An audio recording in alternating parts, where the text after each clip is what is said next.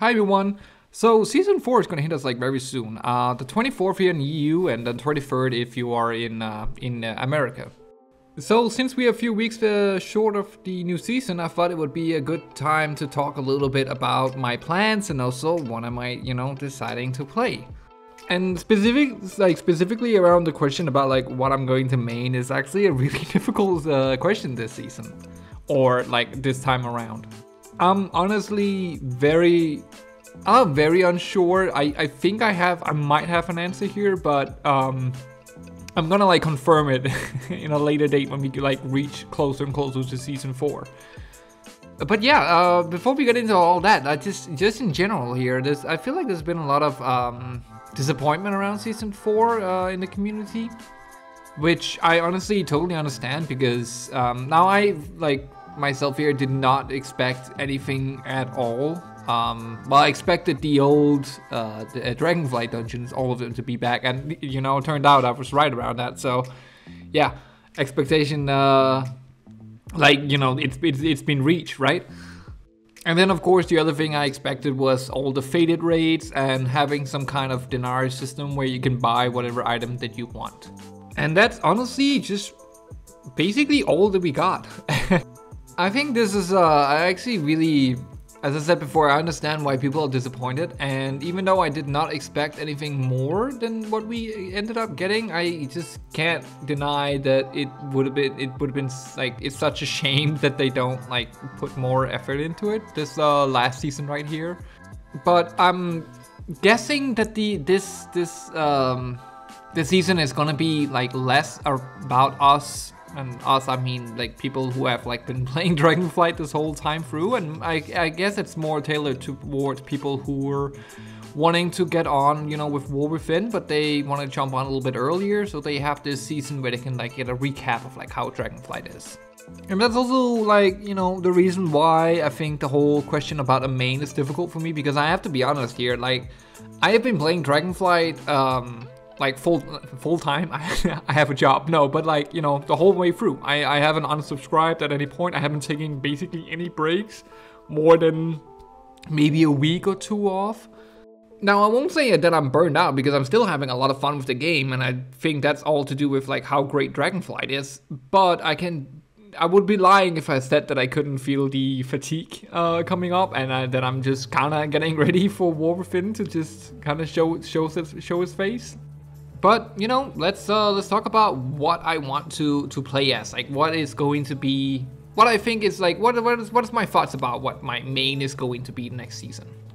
So for season 3 or the previous season, if you are watching this when season 4 has come out, I played Demon Hunter, and I played a shit ton of Demon Hunter.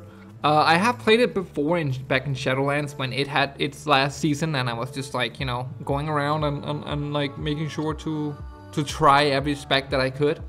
And I absolutely love Demon Hunter this season, and I was honestly thinking about continuing or I should probably say that I'm still thinking about continuing maining Demon Hunter.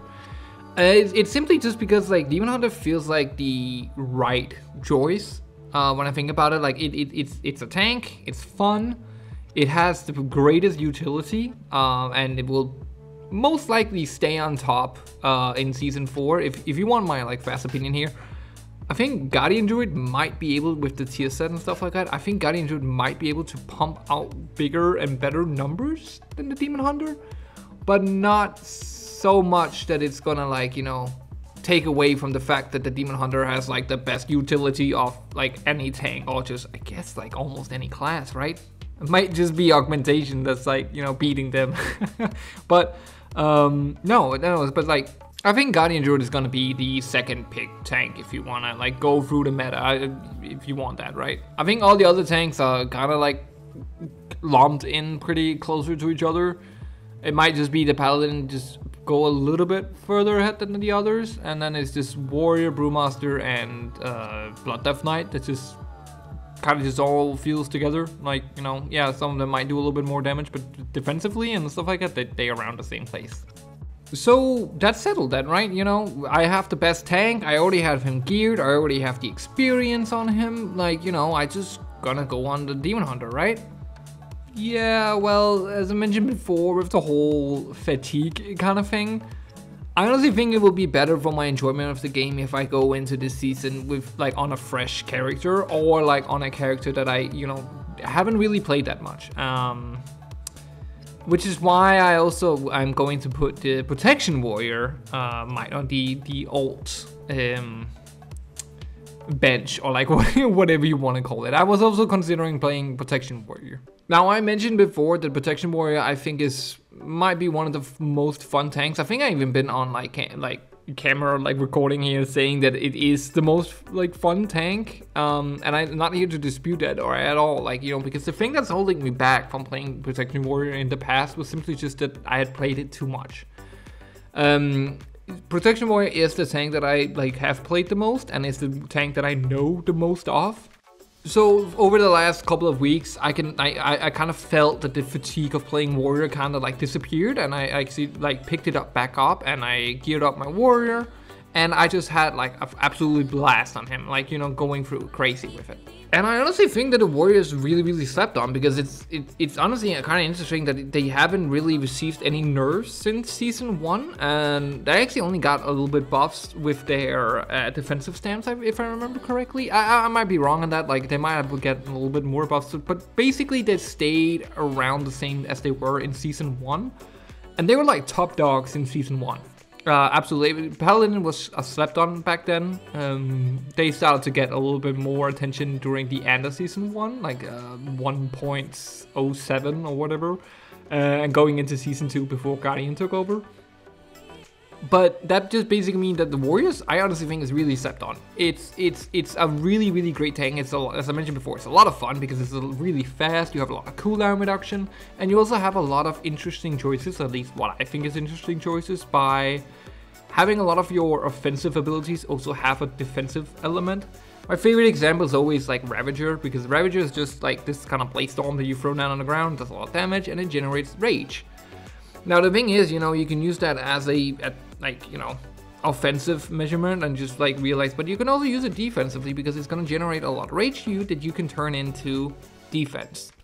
And that's basically the whole kit of the Warrior, is basically to turn the rage that you're generating into either an offense or a defense, and then figuring out what situation calls for what action. And I think that playstyle is extremely rewarding. Okay, great. So Warrior it is then. Well, the thing that's holding me back from playing Warrior is basically just, first of all, the utility. And it's not that I want to be a meta slave or, but utility is, I think, is an important question to ask yourself, how much you want to deal with. And playing now with the Demon Hunter, first of all, there's no tank that's gonna match their utility. And I've accepted that, but going on the Warrior is very much going on the totally end of the spectrum, where all you have is an AoE stun. You can talent into an AoE fear, but it's really clunky to do so, and you lose a lot of talent points that you would otherwise really want. And while I could, pick my groups out of the utility that I'm missing, I honestly just think I'm gonna get it's gonna hurt my dungeon experience, basically, is what I'm trying to say. But the more prominent issue here with all such, because utility is not a deal breaker for me. I can deal with having a little bit worse utility than other tanks, but what's kind of really putting me off the Warrior is I was maining Protection Warrior in Season 1, and half of the dungeons are from Season 1, meaning that, as I mentioned before with the whole fatigue thing, I'm not sure if going back on a tank that I've already experienced all these dungeons with, and also been pushing, not all of them, but half the dungeons at least, right? I kind of thought that it would be better if I just started clean, or from a new character that I haven't touched before. Now, before I go into the thing that I'm actually gonna land on, just a curveball here, because I was trying to think in every directions, and I also kind of had a moment where I was thinking about Evoker, which is really surprising, because I always thought I was gonna if I was going main anything from Evoker, it was going to be Augmentation. I'm actually a person, I don't know if this is a hot take, I actually really enjoy Augmentation. It's really simple, but I don't know, it just makes sense in my brain, it just clicks. But no, Devastation was actually the thing that made me consider maining it. And it's just, and honestly, it's kind of hard to think about like what it was about Evoker that made me really want to push it. Well, I mean, first of all, a huge amount of numbers, a big numbers. Devastation Evoker is very much slept on. Everyone is just playing Augmentation, and I have been kicked from multiple groups because I'm playing Devastation and not Augmentation. But Devastation is like really strong at the moment. And it looks like, you know, since the tuning and everything going into Season 4, as I mentioned, like, you know, there's still a few weeks. The tuning could come and could change everything, but for right now, it kind of seems like things are going to like go into Season 4 as they are here in the end of Season 3, meaning that Devastation is going to be like in a pretty good spot. It also took me some time with Evoker, and I kind of want to like make a whole video on it like someday of like looking back at like the Evoker and like asking questions such as like, you know, what did they want to get out of it, and like what was the main audience here, and was it any success?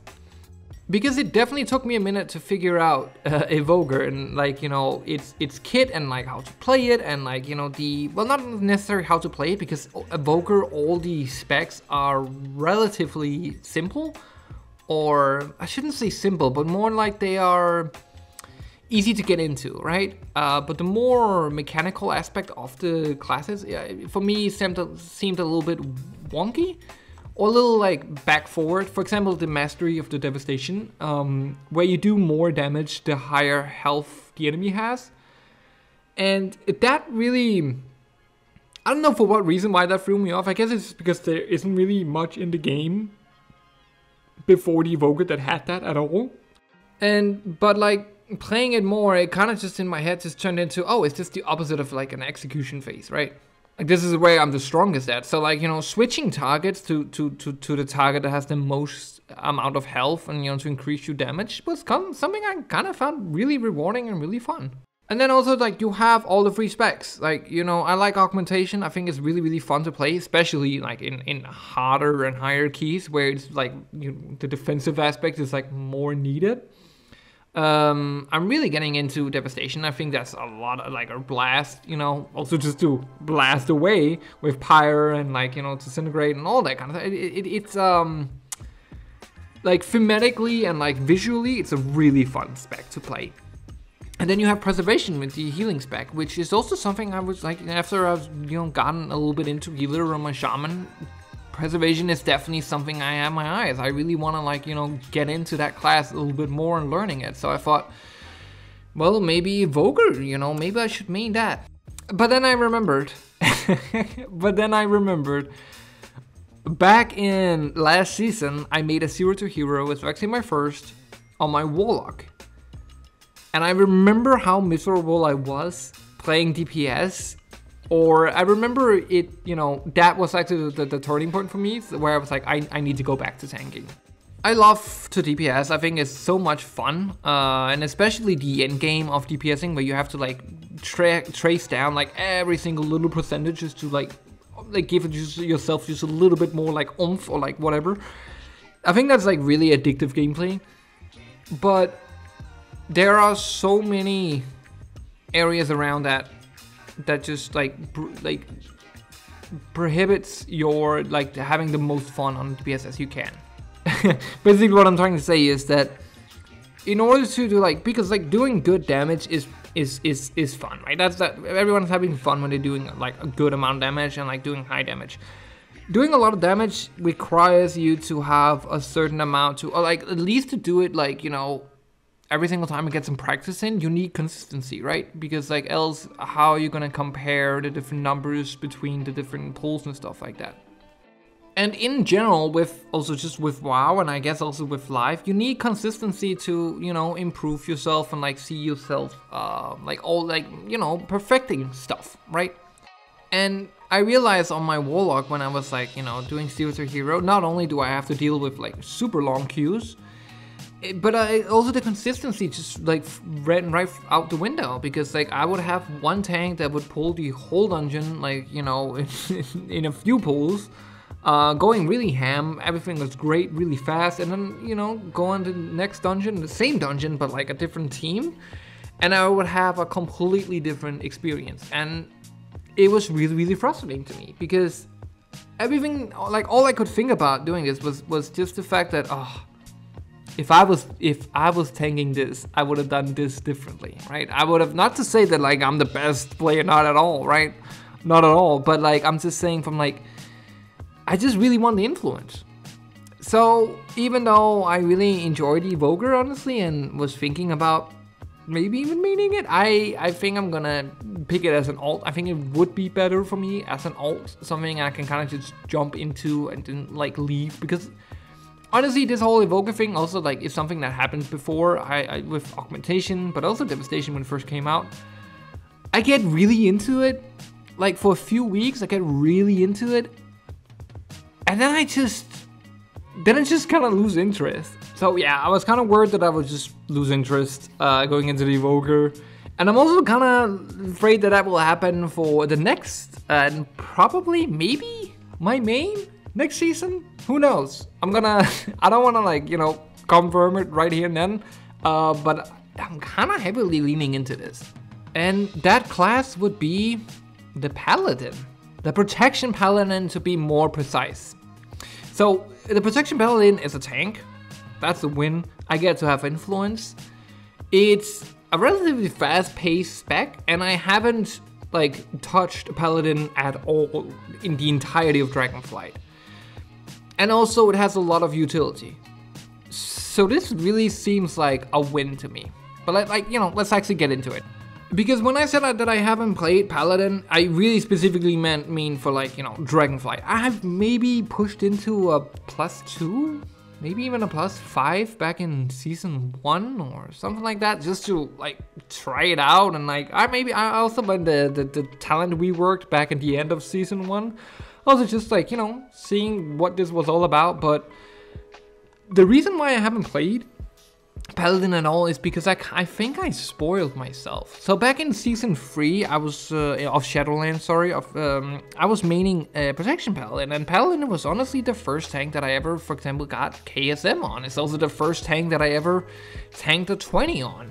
So it's not that I'm not like, you know, experienced with the Paladin or whatever, not playing it, but it was such a different spec and class back then, or I mean, it fundamentally is still the same, but it just felt very different because season 3 we both had Earn, like with the seasonal affix that would give you a huge cooldown reduction, and you had the tier set where your block chance would be, like go up to like 60. No, it was even higher than that. It was like 70% block chance, and every time you blocked of anything, you would throw Justice, like a Hammer of Justice right in their face, also giving you Holy Power. Meaning that you had such a fast and like, you know, high demanding tank to play, because not high demanding, but like high RPM or like APM or whatever it's called, right? You know, you had so many buttons you needed to press. So when Dragonflight, the pre-patch came out, I hopped like almost immediately on my Protection Paladin, and I then discovered that, you know, Avenging Shield doesn't even give you Holy Power anymore. And I think I just dipped out from that. Yeah, that alone probably made it so like, yeah, I was not really that interested. Now that also with the fact that we lost, you know, the tier set, and we didn't really get anything to like compensate for the amount of like haste and speed that we lost. The Paladin just seemed so incredibly like boring and slow compared to what I was used to.